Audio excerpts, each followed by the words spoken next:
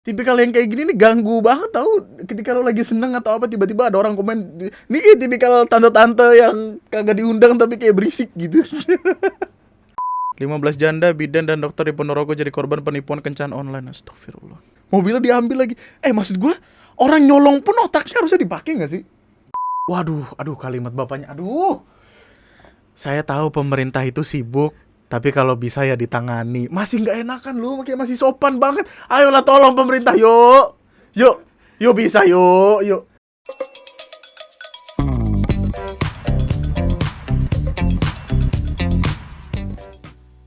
Lalu, bahas selanjutnya datang dari Twitter, di mana perkaranya sudah dari hampir seminggu yang lalu, tapi masih gede sampai sekarang. Jadi, sempat ada orang yang bikin tweet ini.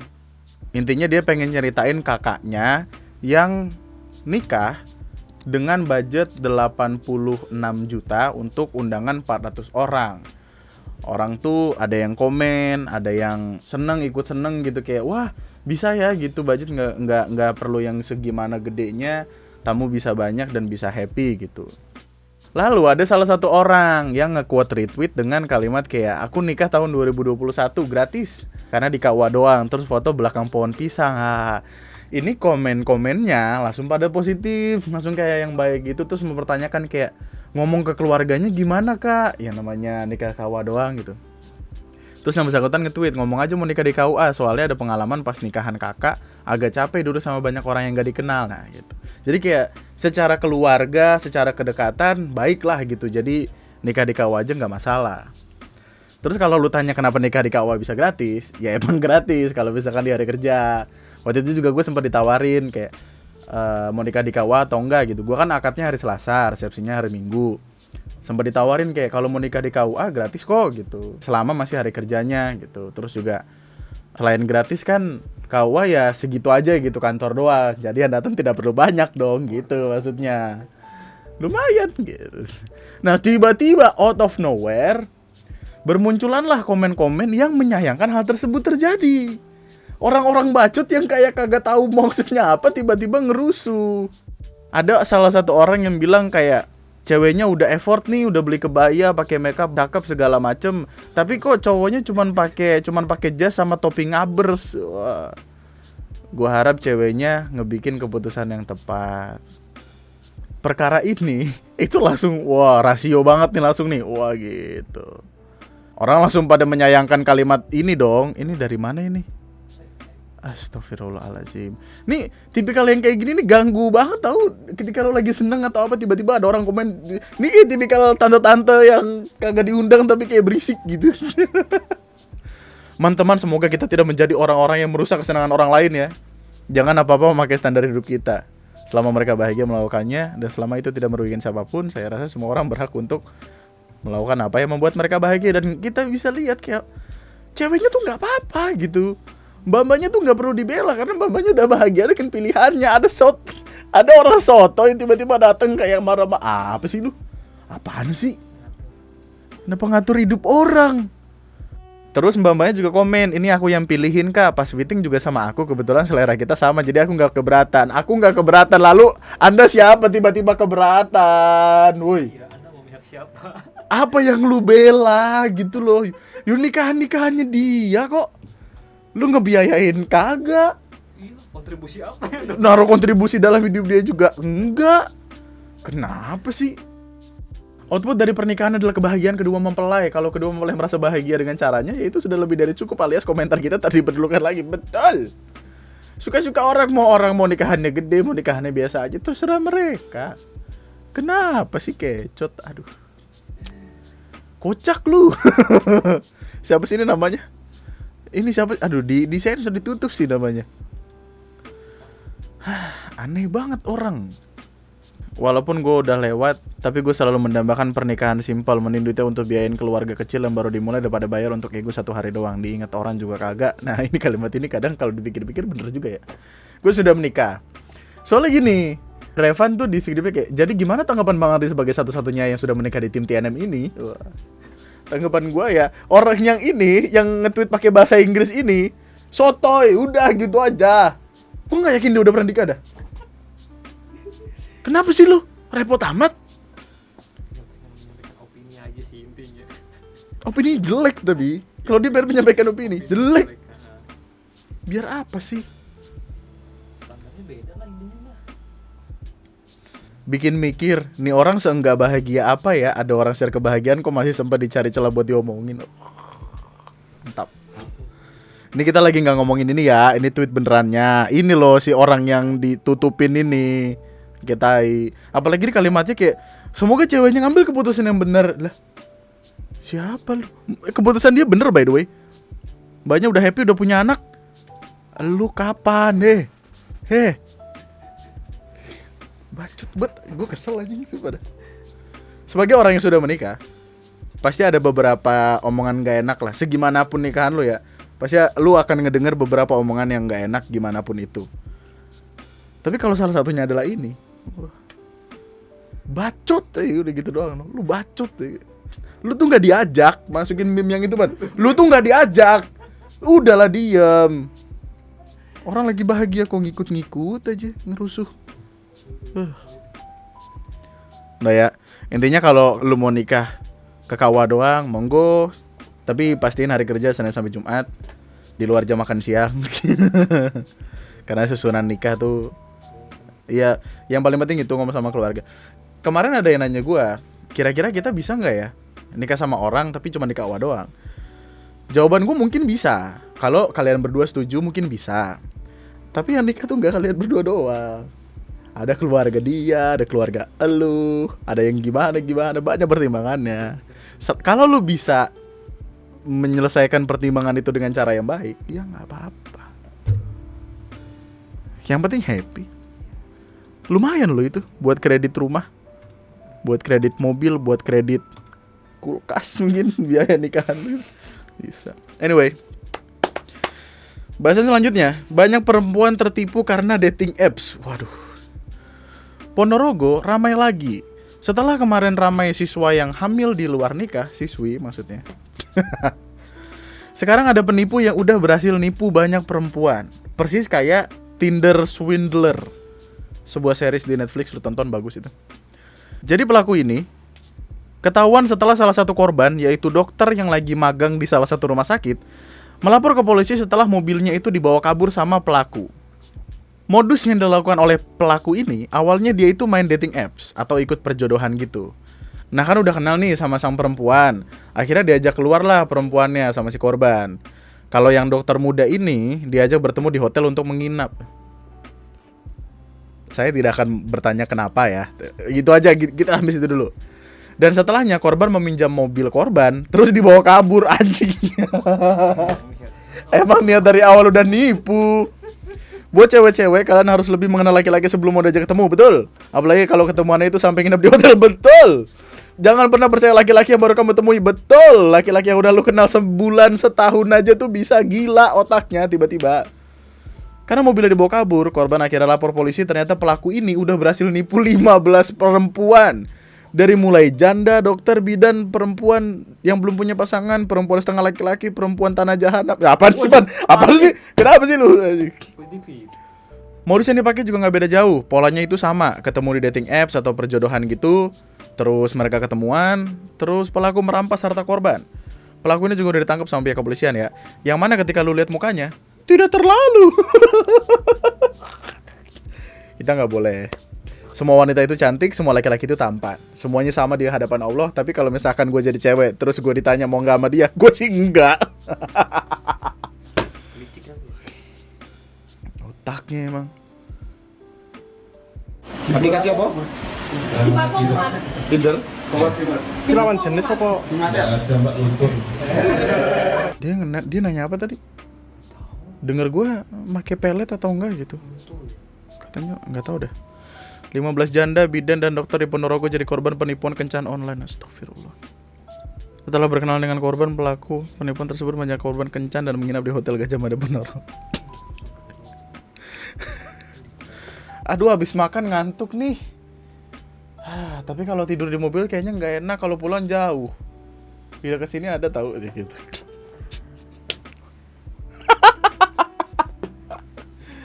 Oh my god, nggak gini. gue pengen bawa lu ke cerita masa lalu. Cerita ini sempat gue taruh di Twitter karena waktu itu gue marah banget. Ada salah satu orang yang gue kenal itu tertipu sama hal yang seperti ini juga. Tapi tertipunya tuh bukan yang in a way modus sampai ketemu gitu. Tapi lebih ke kayak si orang ini ngedit foto gitu, pura-pura jadi polisi segala macem gitu-gitu. Terus ngedeketin, teleponan segala macem. Dan dia makan waktu kayak 3 bulan 6 bulan gitu loh, cukup lama. Sampai akhirnya dia bilang kayak, ini mau ke Jakarta, mau nemuin kamu, boleh nggak transfer duit, nanti ketika kita ketemu pasti akan dibalikin 3 juta. Terus ada kalimat kayak, ini kalau nggak percaya aku kirimin KTP. Akhirnya duitnya ditransfer. Waktu gua cek KTP-nya palsu. Jadi ada nomor nick yang diedit, foto yang diedit segala macem. Gua sampai ketemu si pemilik aslinya ini, si pemilik asli KTP-nya ini. Dan itu jadi perkara yang gede banget karena duit men 3 juta berapa gitu. Jadi hati-hati. Apalagi untuk beberapa wanita-wanita di luar sana yang seringkali desperate. Jangan menaruh harapan terlalu tinggi terhadap laki-laki yang tiba-tiba datang. Apalagi yang tiba-tiba datang kayak, ayo kita ke hotel Gajah Mada. Mana ada lu aja. Mobilnya diambil lagi. Maksud gue, orang nyolong pun otaknya harusnya dipakai gak sih? Maksudnya gini, mukanya tuh udah ketahuan siapa gitu loh. Oh, well sekarang ada masker segala macem sih. Tapi kan lu punya nomor, lu punya ini, punya itu segala macem. Tiba-tiba ngambil mobil orang.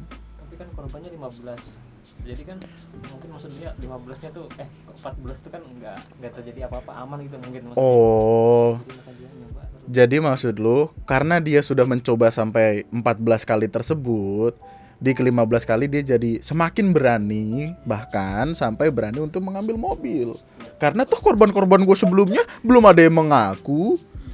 Yang gue takutkan adalah korban-korban sebelumnya itu yang tiba-tiba duitnya dibawa kabur atau apalah, tidak berani melapor karena malu. Kayak dia deket sama cowok kok gue diginiin gitu segala macam gitu-gitu. Atau dia megang sesuatu yang sekiranya membuat korban-korbannya takut itu. Hati-hati. Banyak laki-laki kadal di luar sana, hati-hati. Oh, tiba-tiba ini. Sekelompok ilmuwan dari Bulletin of the Atomic Scientists mengaku berhasil menghitung akhir zaman dan di jam kiamat. Jam kiamat atau Doomsday Clock telah berhasil berdata selama 76 tahun, dibuat tahun 1946. Proses pembuatan jam kiamat ini merupakan hasil kerjasama dengan BAS, lembaga yang didirikan Albert Einstein.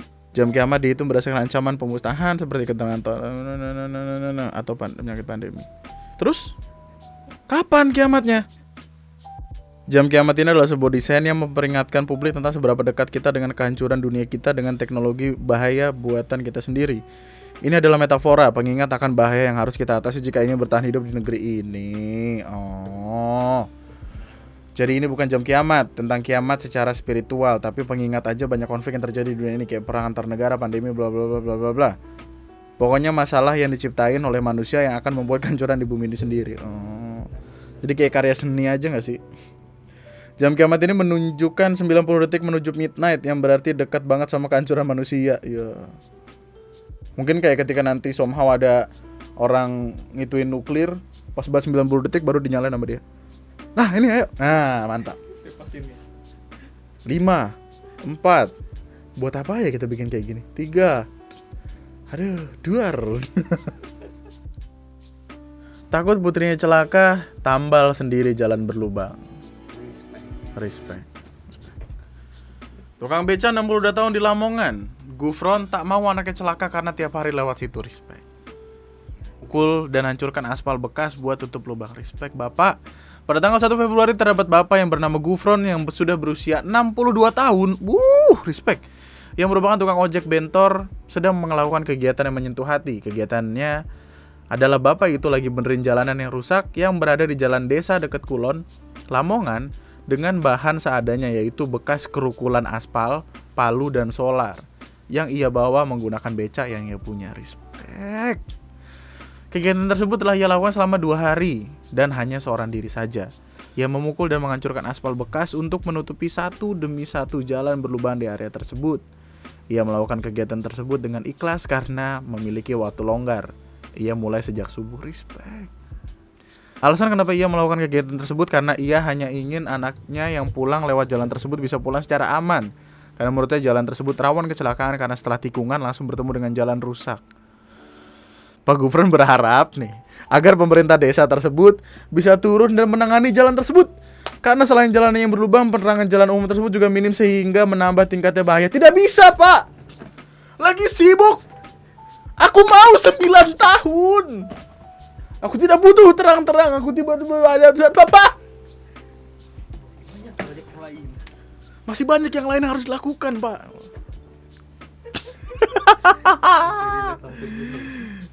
Iya, belum kelar itu. Masih capek baru pulang kemarin itu. Iya, masih ya. Jet lag. Habis dari Jakarta jet lag. Respect Bapak. Kenapa ini? Ntar dulu kita put respect sama bapaknya. Bapak terima kasih banyak. Kasih ibu sepanjang masa. Ayah akan selalu menjadi cinta pertama dari anak perempuannya. Respect. Ayo Mbak, kerja yang semangat Mbak. Mbak, pulangnya ini pijetin, bapaknya pijetin. Ya Allah. Pakai palunya pun palu yang kecil gitu loh, bener-bener yang satu-satu. Waduh, kalimat bapaknya, aduh. Saya tahu pemerintah itu sibuk, tapi kalau bisa ya ditangani. Masih nggak enakan lu, masih sopan banget. Ayolah tolong pemerintah, yuk bisa, yuk. Bapaknya, aduh. Saya tahu pemerintah itu sibuk, ya Allah. Dulu sama anak tapi yang menikmati fasilitasnya banyak orang loh. Luar biasa pahalanya. Iya, pahala Pak, pahala jariah. Jariah. Amal jariah. Respect Pak. Anyway, tiba-tiba somehow ada sebuah video yang awalnya dari TikTok terus dibawa ke Twitter untuk ya memunculkan keseruan lain ya. Tapi intinya dari video mereka kita diajak untuk bersyukur. Tapi ya sebelumnya gitu kan kita mau bilang bersyukur banget sama Allah karena kita alhamdulillah udah mencapai semua keinginan kita ini gitu ya guys. Salah satunya untuk dikenali kayak di luar negeri. Itu susah loh guys, Susah banget sih. Apalagi kayak di Sydney banyak banget yang tahu kita Iya, berdua. udah banyak yang minta foto, ada yang tahu setiap kali kita kemanapun, oh itu si kembar kayak gitu loh guys. Kita tahu. Iya, dan it's crazy buat kita berdua apalagi di Orang Australia. dari Subang loh dikenali gitu loh di Australia kayak gila. Dan mereka tahu kitanya lewat spektrumnya luas kan, lewat TikTok, Instagram dan segala macam. Iya. Dan yang paling gilanya adalah dikenali di US di Los Angeles loh guys. Kita nggak serius deh, gue nggak ngebohong, gue Demi nggak Allah gimana. kita nggak ngadu. Iya, like kalian tahu banget kita diundang ke nightclubnya setara dengan artis-artis luar. Itu ada satu melanggar perintah Allah. Ada yang belum tahu ya? Jangan dicari tahu lebih lanjut sih. Tapi ya Allah kita harus bersyukur. Mungkin awalnya bersyukur doang tapi lama-lama kok flexing kata gue. Oh iya sih. Gue kesel tadi makanya. Dia terkenalnya karena jadi YouTuber. Iya tapi YouTuber, Pan, udah YouTuber. dia flexingnya. Dia terkenal Ini. karena YouTuber. Gak usah disebutin itu-itunya. Alhamdulillahirabbil alamin.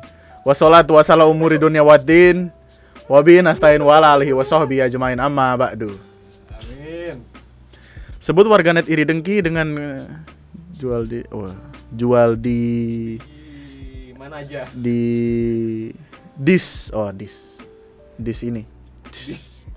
Oh, Kita cuma ngomong begitu doang, langsung rame.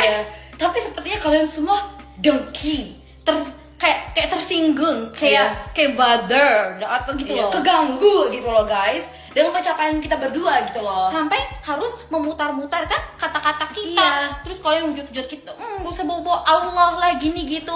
Tapi kalau kalian nonton fully videonya, kita nggak ngomong soal OF, Gak sama sekali kalau kalian tonton ya guys. jadi kalian cari sesuatu untuk dihina yang kita bisa dihina gitu. Bener-bener. Iya, Tapi bener. nggak kayak gitu. Tapi the whole point gini guys, kayak you know, gitu. kita jadikan Kitanya ini aja negatif motivasi untuk thinking. maju, oke? Kalian semua at the end of the day bakal di balik layar. Iya. And like you guys will see gitu kan. Ya, gitu deh. Ya, dia bakal terus maju. Oh. Ya. Yes. No. Yes. No smoking. No smoking in this area. Sebenarnya kenapa kita masukin dia ke video juga gue nggak tahu. Selingan. Bersyukur emang bagus sih, tapi harus lihat latar belakang dulunya nggak sih? Nggak juga, Pan. Nggak juga, parah lu. Enggak, kita harus bersyukur kepada Allah atas semua pencapaian yang sudah kita terima. Bersyukur tuh ya udah bersyukur. Bersyukur Nggak aja. Nggak usah Bersyukur. flexing juga. Bersyukur. Beda. Udah, masih marah-marah aja lu. Ada cewek kembar gitu, dulunya sih mereka YouTuber. Lah, masih kok YouTuber sampai sekarang? Masih, nggak dulunya. Jadilah seperti netizen pasif pada umumnya ya. Ketika melihat sesuatu, oh ya udah gitu. Kayak, ih, apa ini? Terus udah gitu. Banyak loh konten-konten yang kita cuman kayak lewat, ih, sampah, udah gitu. Udah gitu doang. Bisa gitu kok. Lewatin aja. Tidak suka apa. Lewatin aja udah. Dikira hilang. Ada bocah namanya Gibran. Jadi dia udah nggak pulang ke rumah dari abis zuhur sampai sore. Satu kampung panik sampai ngumpul buat nyari si Gibran ini. Dari abis zuhur ke sore buat anak kecil lumayan lama sih. Kecuali kamu yang keluarganya bebas nggak pernah dicariin, pasti ada. Pasti ada tuh yang kayak gitu. Nggak peduli, orang tua nggak peduli.